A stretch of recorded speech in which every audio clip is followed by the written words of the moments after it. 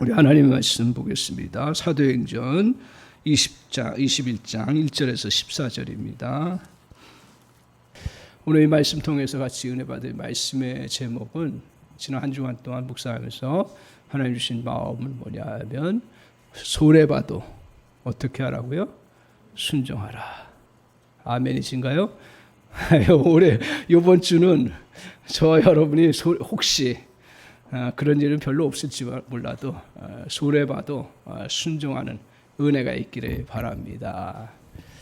우리가 이제 인생을 살면서 손해를 봐도 그 손해를 알면서도 그 계속 일할 때가 있는 것들을 많이 봅니다. 어떤 일들이 있을까요? 뭐 예를 들어서 자녀를 낳으면 분명히 너무 많은 희생과 또 대가를 지불해야 된다는 걸 잘 알고 있어요. 그럼에도 불구하고 지금까지 세대들은 그냥 낳았어요. 근데 이제 저기 시대가 바뀌고 여러 가지 필요한 게 많고 또 갖춰야 될 게 많다고 생각하니까 고민을 많이 하기 시작하는 거예요. 또 손해봐도 계속 해야 되는 일들이 뭐가 있습니까? 남녀가 가정을 이루면 굉장히 많이 희생을 해야 되고 제한을 가져야 되고 여러 가지 복잡한 그런 문제들 걸려 있습니다. 그럼에도 불구하고 어떻게 합니까? 결혼을 하지요. 또 손해봐도 계속하는 일들이 뭐가 있습니까? 우리가 남을 돕는 일들 좀 손해예요. 어떤 때는 우리가 또 요새 다른 사람들 많이 돕지는 못해도 그래도 관심을 갖고 내가 조금 더 좀 좋은 일을 해야겠다 하는 그 마음을 다 갖고 계시고 그런 기회가 오면 아마 하실 거예요. 왜 그렇게 합니까? 손해가 와도 왜 그렇게 합니까? 그것은 사람마다 다 틀릴지 몰라도 누구나 다 그건 해야 되는 일이다. 그리고 하나님께서는 그런 우리의 손실을 통해서 이렇게 보존하시고 또 더 발전하고 행복하게 하시는 일들을 펼쳐가신다라는 것을 조금 느끼기 때문에 우리가 이 땅에 살면서 인생이라면 손해봐도 좀 해야 되겠구나 하는 그런 생각을 가지고 살아야 할 것입니다. 오늘 제가 주목하는 건 본문에 보면 손해를 보는데도 이거는 상상할 수 없는 손해예요. 그럼에도 불구하고 계속 해나가는 사건을 보여주는 것이 저는 오늘 21장의 내용, 그 앞에도 같이 연결되어 있지만 21장의 그런 내용입니다.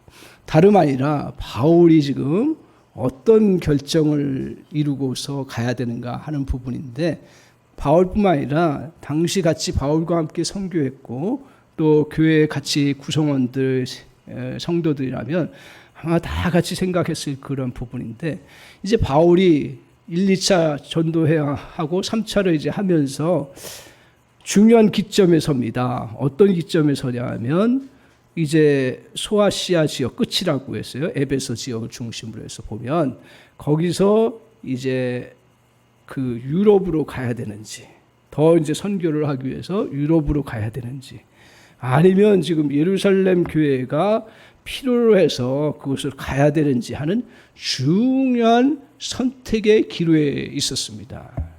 그런데 유럽으로 가서 이제 이루려고 하는 목표는 뭐냐 하면 바울이 로마 선교를 하려고 하기 때문에 그때 당시에 땅 끝은 바울 시대까지는 땅 끝이 로마라고 생각을 했습니다. 그래서 이제 거기서 스페인까지 가고자 하는 그러한 목표를 갖고 있었는데 그 땅끝 선교에 대한 끝까지 바울은 놓치지 않고 그것을 생각하고 있는 입장에서 보면 또 교회들도 마찬가지예요. 교회들도 우리가 복음을 계속 받았으니까 전해야 된다 하는 그 사명 때문에 로마로 가야 된다 하는 것은 누구나 생각하고 있었던 거예요. 그래서 여기 기점에서 로마로 가는 것이 기정사실이에요. 유럽으로 1차적으로 유럽이라고 하면 그 당시에 이제 터키 지역을 지나서 그리스 지역이죠. 거기에 가서 이제 복음을 전하면서 기회가 닿으면 또 배를 타고 가든지 육로를 향해서 가든지 배를 타고 가는 게 맞겠죠. 배를 타고 이제 로마로 가서 복음을 전할 계획을 잡아야 되는데 바울이 지금 어떤 쪽으로 방향을 트냐면 어느 쪽으로 방향을 트냐면 예루살렘으로 틀었다라는 거예요. 이걸 잘 묵상해 보십시오. 예루살렘으로 가요. 예루살렘으로 가는 길은 어떤 길이냐면 좋기는 좋겠죠. 본 교회의 지역이니까 예루살렘 교회가. 근데 그곳으로 가면 엄청난 손실을 가져오는 거예요. 여기 가면 다시 로마로 인간적으로 가는 거는 거의 불가능할 수밖에 없는 상황이에요. 그때 당시에 배편이라든가 어떤 교통수단이 발달되지 않은 상태고, 그런데 그 예루살렘으로 갔다가 어떻게 로마로 갈 수 있겠어요. 그런데 바울이 어떤 결정을 내리냐면 예루살렘으로 가는 길을 선택해 나갑니다. 손해보는 일임에도 불구하고 계속해서 선택해 나가요. 왜 이렇게 했을까? 저는 오늘 이 말씀 보면서 중요한 부분이구나 이게. 손해보는, 그럼 우리는 그렇게 생각해요. 바울은 대단한 선지자이기 때문에, 대단한 사역자이기 때문에 성경은 늘 한결같이 얘기하는 게 뭐냐면, 물론 그가 하나님의 놀라운 능력과 은혜, 사명을 받은 건 틀림없어요. 그러나 성정이 우리와 같은 사람이에요. 계속 손해볼 일을 할 사람이 아니에요. 그럼에도 불구하고 계속 손해볼 수밖에 없는 그 구조로 들어간다라는 거예요. 왜요? 해야 되기 때문에. 해야 되기 때문에. 이 근거는 이제 뒤에 찾아보면 나오지만 해야 되기 때문에. 그러니까 해야 되기 때문에 하나님을 믿는 입장에서 하나님 안에서 이거 해야 될 일이기 때문에 자기가 손해봐도 해나가는 그런 일을 해나갑니다. 오늘 우리가 다 맨 처음에 좋은 일을 하고 다 믿음 안에서 선한 일들을 해나가죠. 그런데 그것을 중단하는 이유가 뭐예요? 그것은 해야 할지 못할 상황들이 많기 때문이었습니다. 그래서 손해보는 상황들이 계속 올 때 중단하는 일들이 많습니다. 저와 여러분의 인생도 마찬가지예요. 좋은 일임에도 불구하고, 더구나 우리가 하나님 나라를 이루는 일임에도 불구하고 왜 못하나요? 믿음인 사람이 다 하려고 그래요. 근데 손해가 계속 오니까요. 물질적으로, 시간적으로, 에너지 면에서 손해가 오니까. 오늘 그렇게 못한 이유 중에 하나가 뭐냐면 그 손해를 하나님이 유익으로 바꾸신다는 진리를 온전히 붙잡지 못하기 때문에 그렇습니다. 때로 하나님이 이루어 가신 능력에 대한 확신이 부족하기 때문에 내가 손해가 온다라면 그것에 자꾸 위축되고 안 하려고 하는 그런 모습을 갖습니다. 오늘 우리 자신의 상황을 보면서 그런 일을 해야 되는데 오히려 걱정에 휩싸여 불행으로까지 몰고 갈 수 있습니다. 손해처럼 보여서 우리의 꿈을 빼앗아가고 좌절하게 만들어버리는 일들도 많이 있습니다. 저와 여러분은 오늘 이 예배 드리면서 이런 소리가 우리 마음에 뿌리 내리지 못하게 해야 된다라는 거예요. 이걸 떨쳐버려야 우리의 신앙에 한 단계 올라갈 뿐 아니라 하나님이 새로운 역사를 이루시는 은혜를 경험하고요. 하나님의 영광의 은혜가 무엇인지를 좀 더 깊이 누릴 수 있는 그러한 은혜의 역사가 있다는 사실입니다.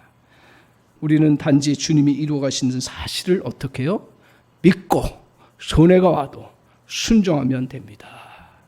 첫 번째로 그 이유가 뭐냐? 첫 번째로 뭐냐면 오늘 손해를 봐도 해야 되는 이유가 뭐냐면 하나님은요 우리의 유익한 걸 통해서 또 상황 좋은 걸 통해서도 일하시지만 어떤 때는요 손해를 통해서도 하나님의 뜻을 이루어가는 것 때문이었습니다.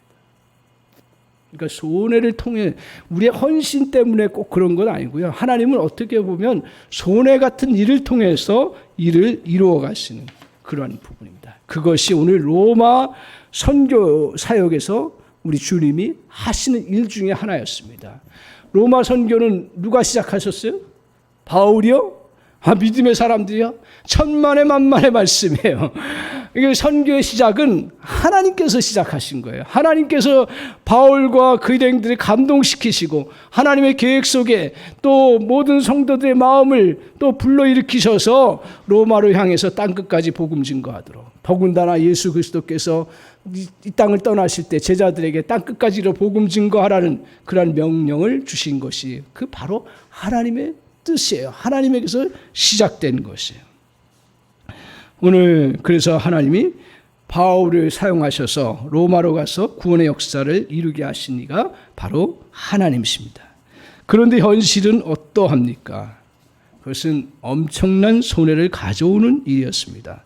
아시아 선교를 마치고 유럽으로 가도록 인도해 주는 것이 당연한 것임에도 오늘 바울은 반대로 예루살렘으로 가야 한 그러한 상황이 되는 것입니다.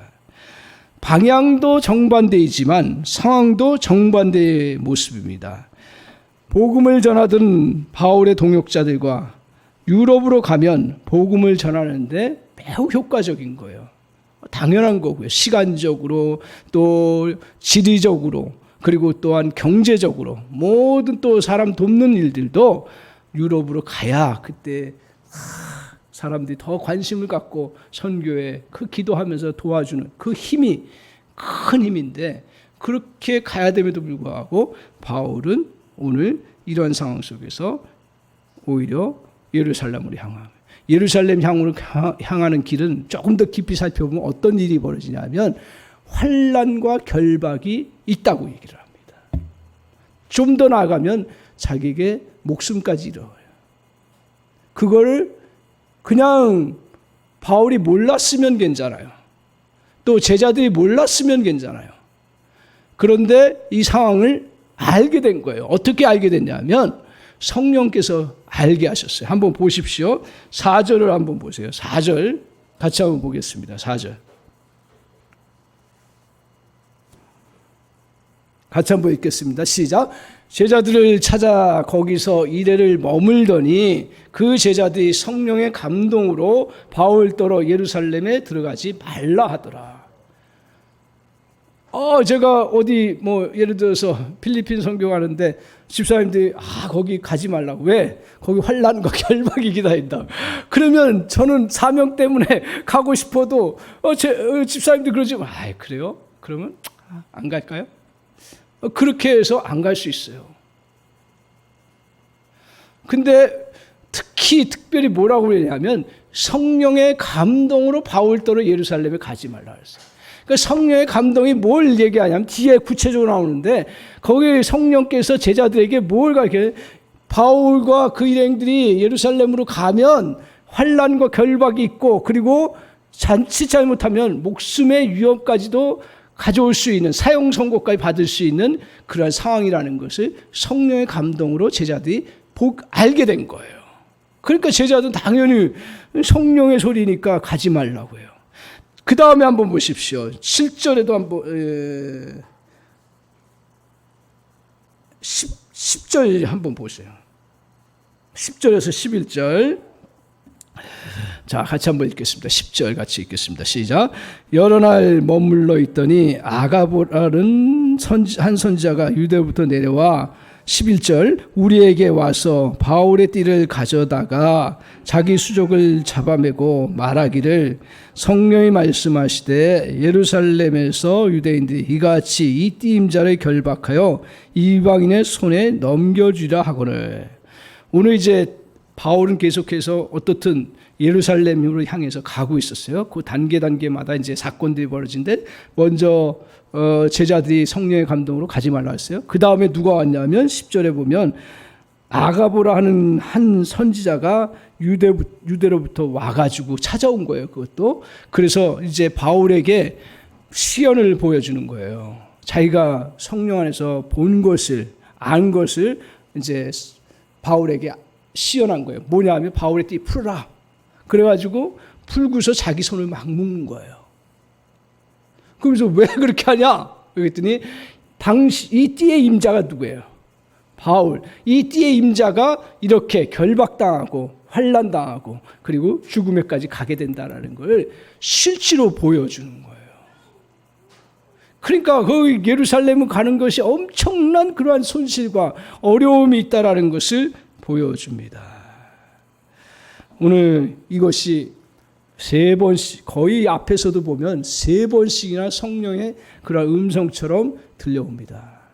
이상하지 않아요? 저는 이 본문을 보면서 이해가 안 되는 거예요. 성령께서 보여주셨는데 그러면 그것도 거기 가면 환난과 결박이 기다린다고 하는 것을 성령이 보여주셨고 제자들이 그것을 알려줬으면 바울이 가지 말아야죠. 그렇지 않아요? 상황도 그렇고 지금 손해보는 상황이고 그리고 성령도 손해보는 상황이라는 걸 보여줬어요. 그럼에도 불구하고 바울이 갔어요. 왜 갔어요? 가야 하는 길이니까. 근데 우리 이제 우리 한 사람께 신앙의 수준이 한 단계 올라가기를 바랍니다. 성령의 소리는 항상 유익하고 좋은 것, 그리고 나쁜 것에 대해서 얘기에 따르면 그것은 하지 말라는 것으로 인식이 되는 거예요. 당연히 여태까지 그렇게 생각해왔죠. 저도. 그런데 20장 22절을 한번 보세요. 자, 20장 22절. 바울이 그 앞에도 나오는데 오늘 9절에 보면 이렇게 얘기해요. 같이 한번 읽어보겠습니다. 20장 22절 시작. 보라, 이제 나는 성령에 매여 예루살렘으로 가는데 거기서 무슨 일을 당할는지 알지 못하노라. 당할 일을 알지 못한다라는 게 초점이 있는 게 아니에요. 거기서 환난과 결박이 있다는 거 알았지만 이제 구체적으로 내가 어떻게 또 무슨 일을 당할지는 그 환난과 결박의 상황들은 알지만 어떻게 당할지는 나도 잘 모르나. 그러나 뭐라고 얘기했어요? 나는 성령에 매여간다 그랬어요. 그러면 제자들이 알려준 성령의 감동과 그 바울이 감동받아서 알게 된 성령의 그런 감동과 달라요? 같아요. 그렇다면 이거 뭘 말하느냐 이거예요. 우리 잘 기억해요. 저도 그랬고요. 성령이 분명히 우리에게 이런 어려움이 있을 것이다 알려줘요. 그렇다면 제가 질문하겠습니다. 그럼 하지 말라는 얘기예요? 제자들과 한 선지자까지 하지 말라는 것으로 알았어요. 근데 바울은 그게 하지 말라는 것이 아니라 그것이 있으니까 각오하고 가야 된다는 거예요. 손해가 있어도 가야 한다는 거예요. 왜? 세 가지로 얘기하고 있습니다. 성경을 조금 더 이렇게 그래서 성경을 풀어야 되는 거예요. 세 가지예요. 뒤에 이제 우리가 볼 내용이 몇 장이에요? 22장인데 거기서 바울이 이상한 행동을 합니다. 예루살렘 교회에 갔어요. 그래서 자기가 보고를 해요. 선교 보고를 하잖아요. 보고하고 나서 그 다음에 뭘 하냐면 유대인들의 결례를 해요. 유대인들이 지키라고 하는 것들을 지켜요. 바울도 유대인 중에 한 사람이었으니까요. 그리고 해요. 그 다음에 또 어떤 일을 하냐면 머리를 깎고 그리고 그 성전에 참여하는 일을 해요. 왜 바울이 이 일을 했냐면 바울은 이방인 사도로 가가지고 이방인 복음 전하면서 할례라든가 율법이라든가 이런 거 이방인들이 구원받는데 조건이 돼야 안 돼요. 할례 행하는 거, 율법을 행하는 게 구원의 조건이 돼야 안 돼요. 우리 한 사람께 이 정도는 알아야죠. 구원의 조건이 돼야 안 돼요. 안 돼요. 잘 아신. 구원은 뭘 통해서 받아요? 예수 그리스도를 통해서. 예수 그리스도를 인격적으로 마음으로 믿고 입으로 시인하여 구원받는다는 분명한 진리를 사도 바울이. 그렇다고 해서 유대인들이 할례 받고 율법 지키는 게 나쁜 거예요? 좋은 거예요? 절대 나쁜 거 아니에요. 왜? 그들은 그렇게 신앙적으로 전통을 그렇게 받아왔어요. 그게 나쁜 게 아니에요. 할례를 통해서 언약 백성 되는 거, 그 의식하는 거 좋지요. 근데 그 본질이 뭐예요? 언약 백성 되는 본질이 뭐예요? 예수 그리스도가 진정한 우리의 언약 백성을 이루는 언약을 이루셨다라는 거, 세례와 성찬을 통해서 우리에게 가르쳐 주셨어요. 그렇기 때문에 이걸 뛰어넘어서 할 수 있다라는 거예요. 예수 믿는 사람, 이방인들은. 그렇기 때문에 그것에 연연하지 말고 이방인들은 그냥 예수 믿고 성찬에 참여하고 세례 받으면 된다. 예수를 인격적으로 고백하면. 근데 유대인들은 그렇게 좋은 거 받아왔는데 그래 그거 너희 전통이고 그러면 계속 해도 된다 하는 것을 사도 바울이 했어요. 왜 했을까요? 괜히 오해 살 필요 없거든요. 오해 살 필요가 없거든요. 그리고 계속 앞으로 선교를 하면서 예루살렘 교회와 이방 교회가 같이 연합을 해야 되는데 이것 때문에 자꾸 걸림돌이 되면 안 되기 때문에 이 문제를 풀어야 된다라는 거예요. 그러니까 먼 시각으로 봤을 때 이것이 꼭 필요하다라는 거예요. 표면적으로는 당장 목숨 걸려 있고 힘든 일이지만 그러나 이것을 풀어야 된다는 거예요. 해야 될 일이에요, 안 해야 돼요? 해야 될 일이에요. 또 하나가 있습니다. 뭐가 있냐면 당시 예루살렘은 어떤 일이 벌어졌냐면 그 기근이 왔어요. 그러니까 사회가 어려워진 거예요. 기근이 왔으니까. 제일 그때 어려운 곳이 어디예요? 기근이 왔을 때 제일 어려운, 우리 성도님도 이것쯤은 생각할 줄 알아야 돼요. 사회가 불황이다. 그러면 사실 제일 어려운 곳이 어디예요? 아이, 그거 모르면 한 사람 교회 성도 아니지. 집사 아니지. 제일 어려운 곳이 어디예요? 교회예요. 뭐 어렵게 생각해요. 교회라는 것은 자발적으로 헌금하는 건데 어려워지면 헌금 낼 수가 있어요? 없어요? 없지요. 더군다나 믿음 약한 사람은 더 못하지요. 그리고 교회에 어려운 사람들이 많기 때문에 더 그 직격탄을 맞잖아요. 항상 경제 직격탄은 상류층이 맞는 게 아니에요. 상류층은 상관없어요. 절대로 상관없어요. 그 경제 때문에 잘 그 운영하는 건 필요하지만 그래서 교회가 굉장히 어려운 거예요. 근데 바울이 그때 어땠어요? 바울이 선교하면서 교회 살피면서 계속적으로 이방 교회에서 계속 기도 부탁하고 권면했던 게 뭐냐면 우리가 복음의 빚진 자다. 예루살렘 교회가 이렇게 어려운 때니까 우리가 헌금을 십시일반해서 이 예루살렘 교회를 도와야 된다. 그래서 그때 당시에는 어떤 은행 시스템이 없으니까 바울이 가는 곳마다 그런 헌금들을 다 모아왔어요. 그래서 예루살렘 교회를 도와야 된다. 해야 될 일이 아니에요. 해야 될 일이죠. 해야 될 일이에요. 그리고 성령께서 그 감동을 주셔서 예루살렘을 향한 마음을 갖게 하시고 또 그것으로 인도하시는 것을 느끼는 것들, 이건 성령의 인도하심인 거예요. 환난과 결박이 있지만. 그런데 갔을 때 여러분 이제 바울이 갔어요. 가서 이제 그곳에서 이제 이거 결례도 행하고 했는데 그동안 그 숨어있던 그 바울의 대적자들과 유대인들의 무리가 어떻게 하냐면 바울을 고소를 해버립니다. 그래서 결박시켜요. 그야 그 성령이 감동해서 알려주신 대로 그대로 결박당합니다. 우리가 뭐 성령의 도우심이 있고 은혜가 있어도요, 벌어질 일들은 계속 벌어지는 거예요. 이런 부분에 놀라지 마시기 바랍니다. 우리가 해야 될 일이고 주님의 일이고 분명 사명의 일이지만 어떨 때는 바울이 안 잡혀 들어가는 게 하나님의 응답이라고 생각하는데 이때는 결박되는 게 응답이었어요. 놀랍게도 결박돼서 이제 재판을 받는 거예요. 그래서 사형언도를 받을 수밖에 없는 상황이 오는 거예요. 근데 우리가 뒤에서 보지만 놀라운 일이 발생하는 거예요. 어떤 일이 발생하냐면 그때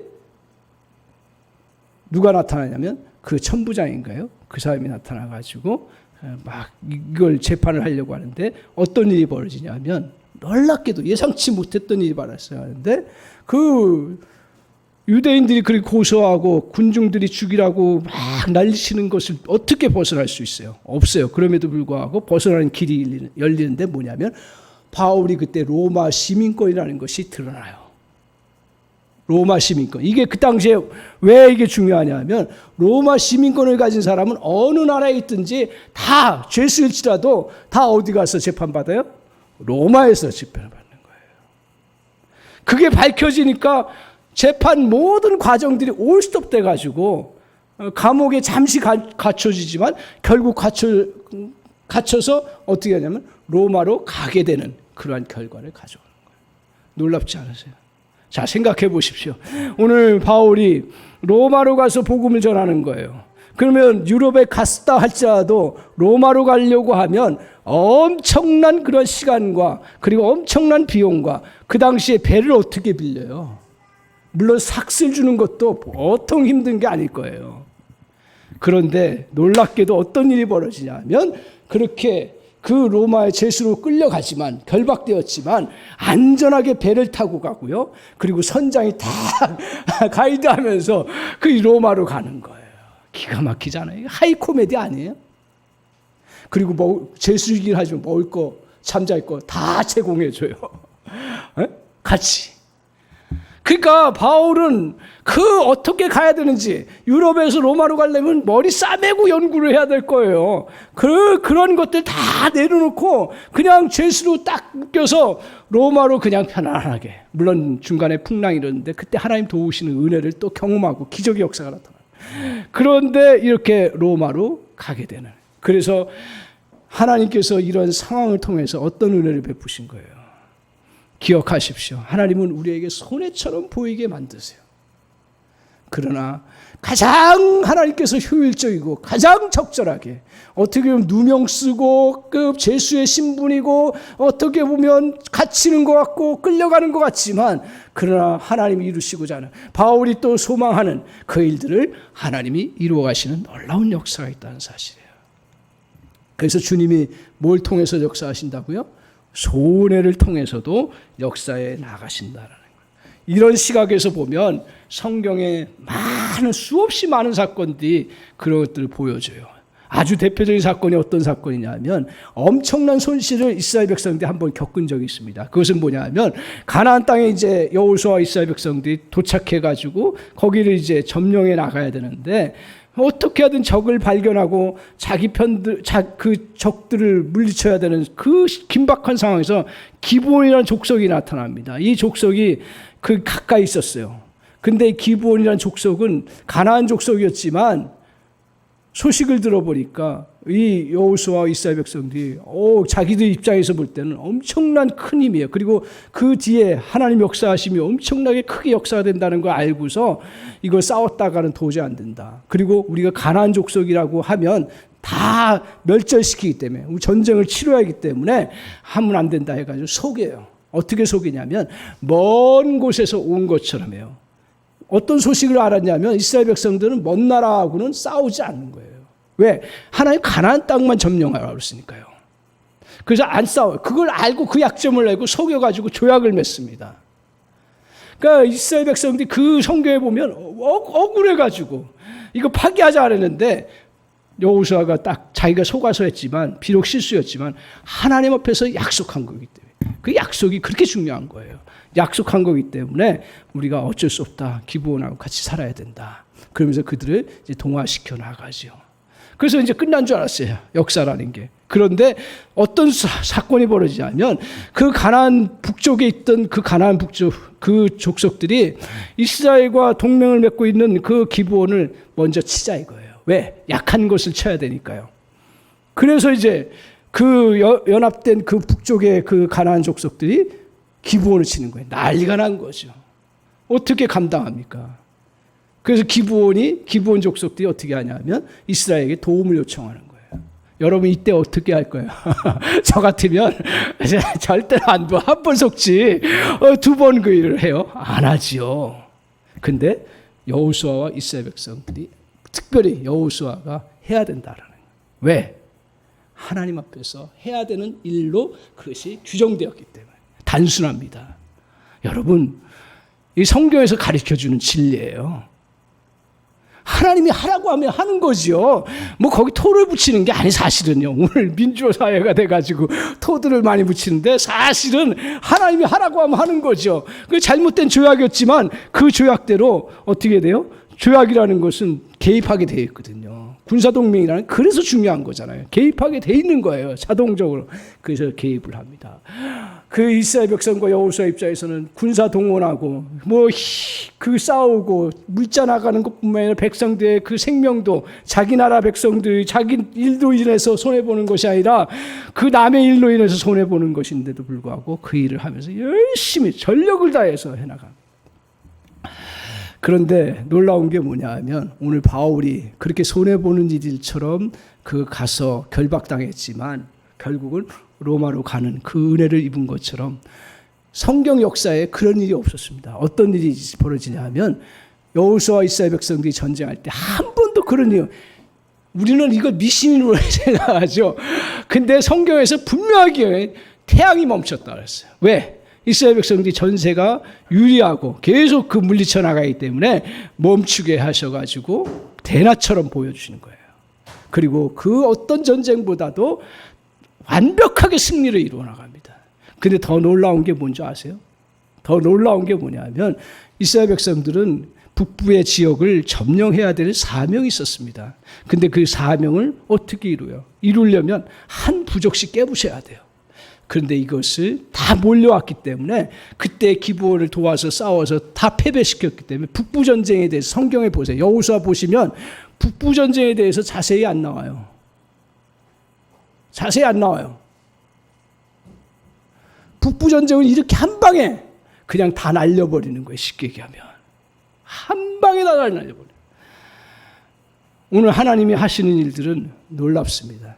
그래서 저와 여러분이 하나님이 하시는 일들을 자꾸 인간적인 머리로 계산하지 마시기 바랍니다. 하나님의 생각은 이사야서 55장에 보면 하나님의 생각은 사람의 생각보다 깊고 하나님의 생각은 사람의 생각보다 높다고 그래요. 엄청 높으신 거예요. 그러나 하나님의 그 놀라운 섭리와 역사하심이 있습니다.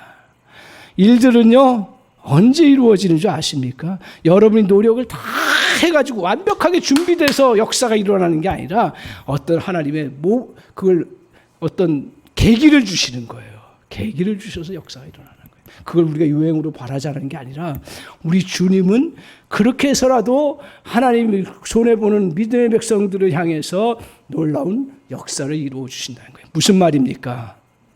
이런 너희가 손해보는 것 같고 힘든 것 같고 또 정말 다른 사람들한테 별로 이렇게 멍청하게 보이는 것 같고 그럴지라도 주님이 하시는 일이라면 여러분에게 주어진 일들, 하라고 주어진 일들은 정말 그것들은 손해도 그리고 내가 힘들어도 감당해 나가는 거예요. 우리 교회도 마찬가지예요. 우리 교회도 주님이 하시라고 하는 것들에 대해서 붙잡고 정말 그것을 우리 교회가 손해되고 여러 가지 시장이 있을지라도 혹시 있을지라도 그것을 뛰어넘어서 감당해 나가는 그러한 믿음의 자세를 가지고 나가야 한다는 것입니다. 오늘 복음을 전하기 위해서 또 복음 안에서 살아가기 위해서 여러 가지 물질 낭비하는 것처럼 보입니까? 또 다른 사람을 섬기는 것이 시간의 손실을 가져오는 것처럼 보입니까? 또 주님의 일을 해야 되는데 그래서 우리 이 말씀 묵상하면서 우리 성도님들 참 훌륭하다. 이게 시간적으로 또 에너지적으로 물질적으로 어떻게 보면 1차적으로 굉장히 손해보는 것 같은데 하나님 앞에 이렇게 예배하고 신앙생활한다. 세상 사람들은 다 손가락질을 하죠. 그 아까운 시간에 왜 예배 드려? 그 아까운 물질을 왜 하나님 앞에 드려? 그 아까운 시간을 왜 하나님 앞에 드려? 그러나 우리는 오늘 하나님께서 그런 손해보는 일들을 통해서 하나님의 거룩한 역사를 이루어 가신다라는 거예요. 여러분 그 은혜를 꼭 기억하고 저와 여러분이 더 기복신앙을 뛰어넘어서 제가 말을 만듭니다. 기복신앙을 뛰어넘어서 축복신앙으로 진짜 축복신앙으로 바뀌어지는 은혜가 있기를 주님의 이름으로 간절히 축원합니다. 아멘.